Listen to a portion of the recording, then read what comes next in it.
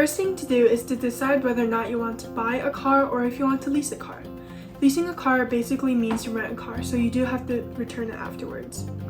You do have a limited amount of miles you can use per year, so if you do go over that, you do have to pay extra. When should you buy or lease? People who drive around 10,000 miles or less per year and want to drive a newer car and are okay paying for it should lease, but usually for most people it makes most financial sense to just buy a car. If you are buying a car, the first thing to do before deciding on a car is to decide whether or not you want to buy a used or new car. A car's value immediately drops the moment you drive it off the dealership's lot, so it may make more sense to just buy a used car. Even though new cars can feel more reliable, it isn't necessarily the case. A used car that isn't too old can have many benefits like being cheaper. With people having to turn in the cars that they lease, there are a lot of cars that are in good condition being sold that are around 3 years old. This can be a very good place to start looking for good deals and sometimes comes with certain warranty benefits. If you decide on the used car, here are a few things you need to find out. You need to find out the number of previous owners, mechanical problems or repairs, history and maintenance on the car, and if there was any accidents with the car. First, set a reasonable budget. It may feel good at first to buy an expensive car, but you may regret it when you have to pay it off for 3 to 6 years. The most important thing to do before buying a car is to make sure your financial loans are all set and approved before stepping into the dealership.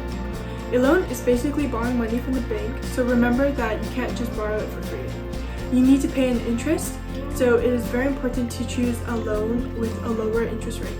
Credit unions typically have a better interest rate than banks. You should always have your credit history and credit score available just in case they ask for it. And if you want to learn more about credit history or credit score, I do have a video explaining all about that. If you are considering an extended warranty for your car, make sure you know what you're getting into. For many car dealerships often just try to profit off of you, and remember, a car always comes with some sort of warranty. Keep an eye out on other things that the dealership might tack on to the price of the car, from underbody treatments to any other additional things. Focus on just getting your car without any additional things added on. Things to always keep in mind when looking for a car.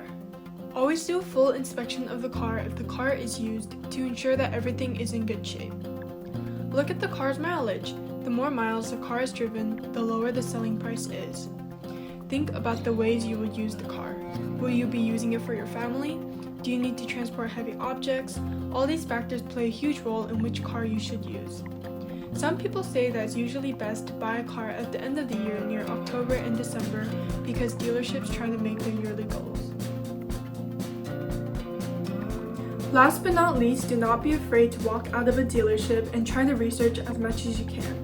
Do what's best for you and your financial situation. Bye!